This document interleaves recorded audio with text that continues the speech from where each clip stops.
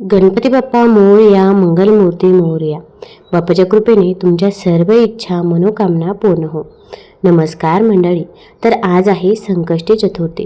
तर मी तुम्हाला संकष्टी चतुर्थीची कथा सांगणार आहे. ही कथा ऐकल्यामुळे गणपती बाप्पाचा आशीर्वाद आपल्याला मिळतो. तसेच आपल्या घरामधील दुःख, दारिद्र्य, गरिबी दूर होत असते. त्यामुळे व्हिडिओ स्किप न करता शेवटपर्यंत जरूर बघा. चॅनलवरती नवीन असाल तर चॅनल लाईक करा आणि सबस्क्राईब देखील करा. तसेच कमेंटमध्ये गणपती बाप्पा मोरया लिहायला विसरू नका, जेणेकरून आपल्याला देखील बाप्पाचा आशीर्वाद प्राप्त होईल. तसेच शेजारील नोटिफिकेशन बेल देखील प्रेस करा, जेणेकरून मी जेव्हा पण व्हिडिओ बनवेल तर तो व्हिडिओ तुम्हाला सर्वात अगोदर दिसेल. गणपती बाप्पा हे आबालवृद्धांचे आराध्य दैवत. गणपती हाच सृष्टीचा निर्माणकर्ता असल्याचं मानलं जाते.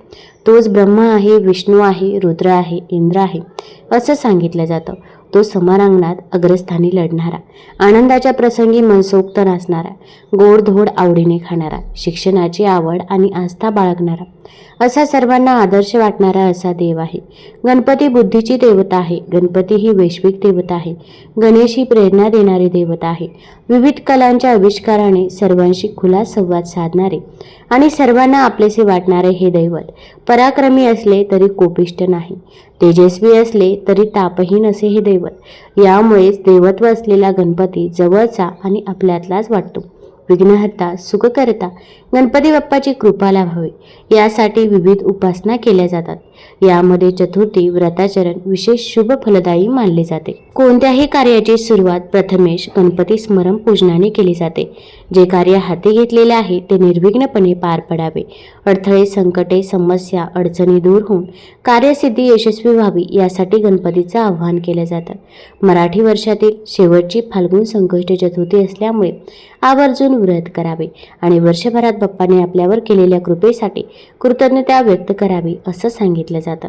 आता संकष्ट चतुर्थीचे व्रत करणे जरी शक्य नसेल तर या दिवशी आपण गणपती बाप्पाची पूजा सेवा करायची आहे. त्यासोबत कथा देखील ऐकायची आहे. तर आता कथेला सुरुवात करूया. एकदा एका गावात एक वृद्ध माई राहत होती. ती वृद्ध माई खूप गरीब होती. त्या वृद्ध माईच्या कुटुंबात तिचा एकुलता एक मुलगा होता, जो तिच्या वृद्धपणाचा एकमेव आधार होता. त्यांच्याकडे काहीच नव्हते, पण गावातील जितकेही घरामध्ये जनावरे होती त्या लोकांच्या जनावरांना वृद्ध माईचा मुलगा जंगलात चारण्यासाठी घेऊन जात होता. संध्याकाळी तो सर्व गायी गावकऱ्यांच्या स्वाधीन करत असे. जनावरे चारल्यानंतर गावातील लोक जे काही देत त्याच्यावर आई मुलांचे घर चालत असे. अशा प्रकारे कसेबसे त्यांचे दिवस हे जात होते. एके दिवशी वृद्ध माईचा मुलगा गावातील जनावरे चारण्यासाठी जंगलात घेऊन जात होता. वाटेत त्याला गावातील काही स्त्रिया भेटल्या. त्यातील एक वृद्ध दिसणारी स्त्री त्या मुलाला म्हणाली, बाळा, तू तर दिवसभर जंगलात गायी चारतोस आणि तुझी आई घरात बसून पंचपक्वान्न बनवून खात असते. मुलगा म्हणाला, असं कधीच होऊ शकत नाही. माझी आई कधीच असं करू शकत नाही. तेव्हा त्या गावातील स्त्री म्हणाली, जर तुला विश्वास नसेल तर आज जरा लवकर घरी जाऊन बघ. स्वतःच्या डोळ्याने पाहशील तेव्हा तुला स्वतःला विश्वास बसेल.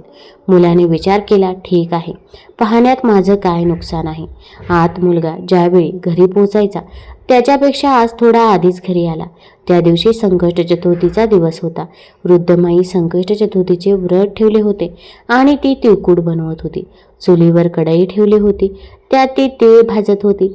जळत्या चुलीवर ठेवलेली कढई पाहून आणि त्यात भाजलेले तीळ पाहून आता मुलाला गावातील स्त्रियांनी सांगितलेल्या गोष्टींवर विश्वास बसू लागला. त्याने विचार केला, म्हणजे गावातील आजी माई जे सांगत होत्या ते खरंच होते. आणि पहा, मी तर जंगलात उपाशी पोटी दिवसभर फिरतो, जनावरे चारतो आणि माझी आई घरी पंचपक्वान्ने बनवून खात आहे. आता त्याला गावातील स्त्रियांनी सांगितलेल्या गोष्टी सत्य वाटू लागल्या. मग तो आपल्या आईला म्हणाला, आई, मी आता घर सोडून जाणार. वृद्ध माई म्हणाली, बाळा, अशी काय गोष्ट घडली जे तू असं म्हणत आहेस? मुलगा म्हणाला, मी जर जंगलात जातो आणि पाहतो की तू माझ्या मागे पंचपक्वान्ने बनवून खातेस, मला खाऊ घालणं तर दूर, पण तू मला सांगतही नाहीस. आई, आता मी या घरात राहणार नाही, मी जंगलातच जाईन. वृद्ध माईने आपल्या एकुलत्या एक मुलाला खूप समजावले. बाळा, आज संकष्ट चतुर्थीचं व्रत आहे म्हणून मी तिळकुट बनवत होते. पण मुलगा काही ऐकायला तयार नव्हता. वृद्ध माईला समजले की नक्कीच कोणीतरी याला शिकवलं आहे आणि आता हा बोलून थांबणार नाही. जेव्हा मुलगा जायला निघाला तेव्हा वृद्ध माईने त्याला सांगितलं, मुला, हे घे, संकष्ट चतुर्थी व्रताचे तीळ आहेत. हे तू तुझ्यासोबत घेऊन जा आणि हो, जेव्हा केव्हा तुझ्यावर संकट येईल तेव्हा तीळ पुढे कर आणि बसून जा. जर मी तुझ्या नावाचे व्रत करत असेल तर तुझे संकट दूर होईल. मुलाने आईचे मन राखण्यासाठी तीळ आपल्या हातात घेतले आणि घर सोडून निघून गेला. चालत चालत तो घनदाट जंगलाजवळ पोहोचला. जंगलात आत गेल्यावर त्याने पाहिले समोर एक भयंकर सिंह उभा होता. सिंहाने त्याचा मार्ग अडवला. मुलाने विचार केला, आज तर माझं वाचणं अशक्य आहे. आता तर मी मरणारच. तो भीतीने थरथर कापू लागला. आणि जेव्हा कोणीही संकटात असतो तेव्हा त्याला सर्वात आधी आपल्या आईची आठवण येते. त्या मुलालाही आपल्या आईची आठवण आली. जसे आईची आठवण आली तसेच तिने सांगितलेले शब्दही आठवले. मला जेव्हा कोणतंही संकट येईल तेव्हा ते पुढे कर आणि बसून जा. आता मुलाने झटपट आपल्या खिशातून तीळ काढले आणि पुढे करून तिथेच बसला. तो म्हणू लागला, हे संकष्ट चतुर्थी माता, जर माझी आई माझ्या नावाने व्रत करत असेल तर हा सिंह गाय बनून जाऊ, नाही तर माझे मरणे ठरलेले आहे. जसे त्या मुलाने असे म्हटले तसे संकट मातेच्या कृपेने तो सिंह गाय बनून शेपूट हलवत तिथून निघून गेला. कारण वृद्धमाई तर आपल्या मुलाच्या नावानेच व्रत करत होते. आता तो मुलगा जंगलातून रामराम म्हणत पुढे जाऊ लागला. थोडा पुढे गेला तर त्याने पाहिले समोर एक मोठी नदी प्रचंड वेगाने उफाण घेऊन वाहत होती. आता त्याने विचार केला, जर मी ही नदी पार करणार असेल तर मी त्या खोल पाण्यात बुडून मरणार. एकतर नदीचा प्रवाह खूप वेगवान आहे, त्यात वादळ सुद्धा आलं आहे. जर मी ही नदी पार केली नाही तर रात्रही झाली आहे. मागे घनदाट जंगल आहे आणि तेथील हिंस्र प्राणी मला निश्चितच जिवंत सोडणार नाही, मला कच्चं खातील. पुढे विहीर, मागे खोल दरी. मग आठवण झाली आईची. आता तो मुलगा पुन्हा ते पुढे करून बसला आणि म्हणाला, हे संकट चतुर्थी माई, जर माझी आई माझ्या नावाने व्रत करत असेल तर ही नदी 2 भागात विभागली जावी आणि मला रस्ता मिळावा, नाहीतर आज माझं मरण ठरलेलं आहे. आता जसे त्या मुलानं असं म्हटलं तसेच नदी 2 भागांमध्ये विभागली गेली. आता त्याला पुढे जाण्यासाठी रस्ता मिळाला. कारण वृद्धमाई तर आपल्या मुलाच्या नावानेच व्रत करत होती. नदी पार करून तो दुसऱ्या नगरीत पोहोचला. तिथे त्यानं पाहिलं की एक वृद्धमाई पुरणपोळी बनवत होती आणि रडत होती. त्याने ते वृद्धमाई अशा प्रकारे पक्वाने बनवताना आणि रडताना पाहिलं तेव्हा विचारलं, अगं माई, पुरणपोळी बनवत आहेस म्हणजे तुझ्या घरी काही आनंदाचा क्षण आहे, पण त्याचवेळी तू रडत आहेस म्हणजे तुझ्या मनात काही दुःखही आहे. आता मला सांग, हा आनंद आणि दुःख एकत्र कसे? तर ती वृद्धमाई म्हणाली, बाळा, मी काय सांगू, माझा मुलगा तर आज मरणार हेच विचार करून मी दुःखी आहे आणि रडत आहे. आज माझ्या मुलाचा शेवटचा दिवस आहे. माझी इच्छा की शेवटच्या वेळी मी त्याच्यासाठी पुरणपोळी बनवावी, म्हणून शेवटची वेळ त्याच्यासाठी जेवण बनवत आहे. विचार केला काहीतरी चांगले बनवून त्याला खायला घालावे. माझ्या मुलाला पुरणपोळी खूप आवडते म्हणून मी त्याच्यासाठी पुरणपोळी बनवत आहे. त्या दुःखी माईचे बोलणे ऐकून वृद्धमाईच्या मुलाला तिच्यावर दया आली. मग तो म्हणाला, वृद्धमाई, जर तू या सर्व पुरणपोळ्या मला खायला घालशील तर मी तुझ्या मुलाच्या जागी जाईल. मग ती वृद्धमाई म्हणाली, बाळा, तू जितक्या हव्या तितक्या पुरणपोळ्या खाऊ शकतोस, हवं तर सगळ्या खा. पण इथे कुणाच्या आयुष्याच्या हकेला भला कोण प्रतिसाद देतो? बोलवणे माझ्या मुलाचे आहे. त्याच्या मृत्यूला कोण आपल्या हाताने घेईल? तू त्याच्याऐवजी का जाशील? असा भला कोण स्वतःच मृत्यूला कवटाळतो? पण वृद्धमाईचा मुलगा म्हणाला, आई, तू काळजी करू नको, मी तुझ्या मुलाच्या जागी जाईन. या प्रकारे भरपेट पुरणपोळी खाऊन तो झोपला. त्याला गाढ झोप लागली. इकडे राजाच्या आदेशानुसार सैनिक वृद्धमाईच्या मुलाला घ्यायला आले आणि त्याच्या घराचा दरवाजा ठोठवू लागले. वृद्धमाईने जसे आवाज ऐकला ती दुसऱ्या खोलीत झोपलेल्या त्या अजनबी मुलाच्या खोलीत गेली आणि बाहेरून दरवाजा, कधी खिडकी ठोठवू लागली. पण तो मुलगा तर गाढ झोपेत होता.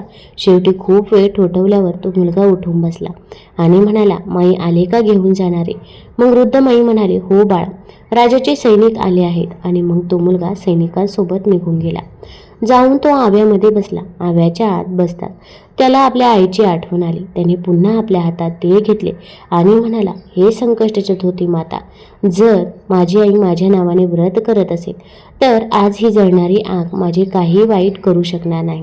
मी या आगीत जळणार नाही, नाहीतर माझे जळणे निश्चितच आहे.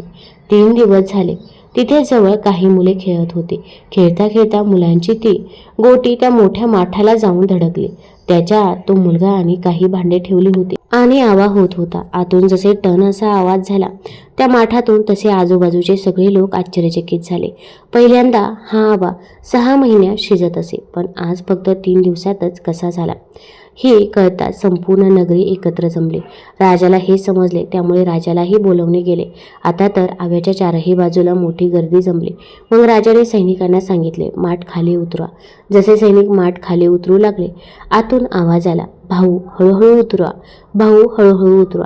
हा आवाज ऐकता सैनिक भीतीने दूर पळाले. आजवर आतून कधीही आवाज आला नव्हता. वाटतंय आत कोणीतरी भूत आहे. आता राजा स्वतः तलवार काढून उभा राहिला आणि म्हणाला, सत्य सांग, माठाच्या आत तू कोण आहेस? मग त्या माठातून वृद्ध माईचा मुलगा बाहेर आला आणि म्हणाला, महाराज, मी कोणतेही भूत पिशाच नाही, ना मी कोणता राक्षस आहे. मी फक्त एका वृद्ध माईचा मुलगा आहे. माझी आई माझ्या नावाने संकष्ट चतुर्थीचे व्रत करत होती. मी तर फक्त गावातील माईताईंच्या सांगण्यावर विश्वास ठेवून घर सोडून निघून आलो. माझ्या आईने जाताना मला हे काही तीळ दिले होते आणि सांगितले होते की बाळा, कधी जर संकट आले तर ते दूर होईल. आता भाऊ, हे बघा, मी तर या तिळांना पुढे करून कुठेही संकटात बसतो आणि जिथे बसतो तिथेच माझ्या संकटाचा नाश होतो. हे ऐकून राणी म्हणाली, राजासाहेब, का नाही आपल्या राजकुमारीचा विवाह याच्याशी करून टाकावा, कारण याला तर आगसुद्धा जाळू शकली नाही. राजाला राणीचे बोलणे पटले आणि मग राजा राणीने आपल्या मुलीचे लग्न त्या मुलासोबत लावून दिले. आता वृद्ध माईचा तो मुलगा राजमहालात घर जावई म्हणून राहू लागला. आता त्याचे दिवस मोठ्या ऐश्वर्यात जाऊ लागले. राजाची मुलगी आणि वृद्ध माईचा मुलगा दोघे एक दिवस टेरेसवर फिरत होते. फिरता फिरता वृद्ध माईच्या मुलाला आपल्या गावची, आपल्या देशाची आणि आपल्या आईची आठवण आली. मग तो पत्नीला म्हणाला, बघ, आज आपल्या गावाकडे ढग आले आहेत. वाटते खूप जोरात पाऊस पडणार. राजाची मुलगी हे ऐकून आश्चर्यचकित झाली आणि विचारू लागली, तुमचंही गाव आहे? मग वृद्ध माईचा मुलगा म्हणाला, हो, आमचंही गाव आहे, आमचंही घर आहे, माझीही आई आहे, सगळं काही फक्त माझी आईच आहे. राजाची मुलगी म्हणाली, तर मग आपण इथे काय करत आहोत? आपणही आपल्या घरी जाऊ. वृद्ध माईकडे वृद्ध माईचा मुलगा म्हणाला, तू तुझ्या वडिलांना विचार, ते सांगतील तरच मी तुला घेऊन जाईल. आता राजाची मुलगी महालात जाऊन आपल्या वडिलांना म्हणाले, पिताजी, तुमचे जावई राज आता त्यांच्या घरी जायला इच्छुक आहेत. राजा म्हणाला, हे तर खूपच चांगले झाले.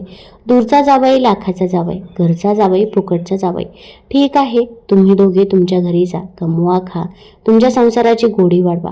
आम्हाला तर हेच पसंत आहे, हेच समाधान आहे. आता राजा विदाईपूर्वी भरपूर हिरे, मोती, रत्ने, हत्ती, धन, घोडे इत्यादी देऊन आपल्या मुलीला पाठवू लागला. मग ते दोघे आनंदाने निघून गेले. इकडे जेव्हा वृद्ध माईचा मुलगा गावाजवळ आला तेव्हा त्याने एका सैनिकाला आपल्या घरी पाठवले आणि सांगितले, जा आणि माझ्या आईला सांग की तिचा मुलगा आणि सून आले आहेत. आता सैनिक गेला तर पाहिले की वृद्ध माई रडून रडून अंध झाली आहे. सैनिकाने जाऊन सांगितले, वृद्ध माई, तुमचा मुलगा आणि सून आले आहेत. वृद्ध माई सैनिकांना म्हणाले, बाळा, संपूर्ण गाव माझी चेष्टा करतो. आता तुम्हीही माझी चेष्टा करायला लागलात का? माझा मुलगा तर घर सोडून गेला, कारण कोणीतरी त्याचे कान भरले होते. माहीत नाही, एखाद्या वन्य प्राण्याने त्याला खाल्ले असेल. तो जिवंत आहे की नाही हे मला कळतही नाही. सैनिक म्हणाले, नाही माई, तुमचा मुलगा खरोखर आला आहे आणि तो आपल्या पत्नीला घेऊन आला आहे. आता संपूर्ण गाव एकत्र जमला की वृद्ध माईचा मुलगा आला. पण वृद्ध माईला अजूनही विश्वास बसत नव्हता. मग ती हात जोडून संकष्ट मातेला स्मरून म्हणाले, हे संकष्ट चतुर्थी माता, जर माझा मुलगा खरोखर आला असेल तर दुधाचा ओघ सरळ त्याच्या मिशांवर पडेल. आता त्याला चांबड्याची अंगी वस्त्र घालण्यात आले. जसे वृद्ध माईचा मुलगा तिच्या समोर आला, अंगी फाडली आणि दुधाचा छातीवरून वाहत त्याच्या दाढी मिशावर पडला. आता संपूर्ण गावात गोंधळ माजला. वृद्ध माईचा मुलगा आला, वृद्ध माईचा मुलगा आला. आता संकष्ट चतुर्थी मातेच्या कृपेने वृद्ध माईच्या डोळ्यांनाही प्रकाश आला. जसे मुलगा आणि सून समोर आले त्यांना पाहून वृद्ध माई खूप आनंदी झाले. मुलगा आपल्या आईच्या पायावर कोसळला आणि म्हणू लागला, माई, मला माफ कर. मी तर माई ताईच्या शिकवणीवर आलो होतो आणि घर सोडून निघून गेलो होतो. तू तर माझ्या नावाचेच व्रत करत होतीस आणि तुझ्या दिलेल्या तिळांनी आणि संकष्ट मातेने, गणपती बाप्पांनी माझे रक्षण केले आहे. मुलगा सुनेला पाहून वृद्ध माई आपल्या जुन्या सगळ्या दुःखांना विसरली आणि मग म्हणाली, बाळा, संकष्ट चतुर्थीचे व्रत तर मी केलेच, पण त्यामुळे मला मूल देखील परत मिळाले, पण त्यासोबत व्याजही परत दिले. आता तर वृद्ध माईचे ऐश्वर्य झाले. मुलगा सून प्रेमाने, आनंदाने वृद्ध माईची सेवा करू लागले. संकष्ट चतुर्थी माता तसेच गणपती बाप्पा, जशी कृपा तुम्ही वृद्ध माईवर केली तशीच कृपा तुम्ही आम्हा सगळ्यांवर करा. आता आपण भगवान श्री गणेशांच्या काही कथा बघूया. भगवान विष्णूंचे लग्न देवी लक्ष्मीसोबत करण्याचे योजिले. सर्व देवांना आमंत्रण मिळालं, पण गणेशाला काही दिलं नाही. भगवान विष्णूंच्या मिरवणुकीच्या वेळी सर्व देव आपापसात चर्चा करू लागले की गणेश नाही. मग सर्वांनी विष्णूंना विचारले, तर त्यांनी म्हटले की आम्ही गणेशाच्या वडिलांना म्हणजेच महादेवांना आमंत्रण दिले आहे.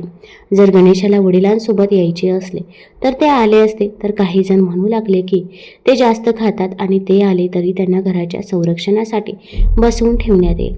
नंतर ही गोष्ट गणेशाला समजताच त्यांनी आपल्या मूषक सैन्याला पुढे पाठवून वाटेला खालून पोकळ करून दिले.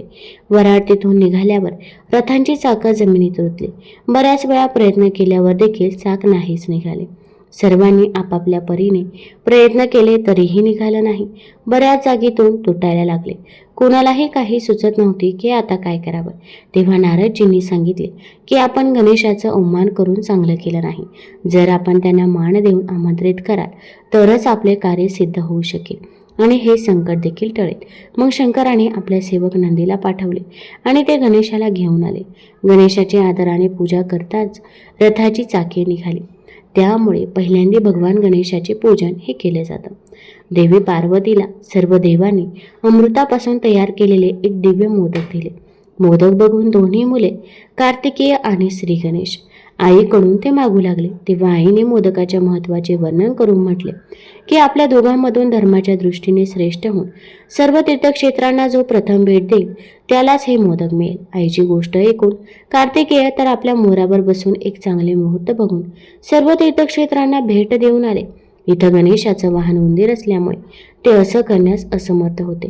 तेव्हा गणेशाने अत्यंत आदराने आपल्या आई वडिलांच्या भोवती प्रदक्षिणा घालून त्यांच्या समोर जाऊन उभे राहिले.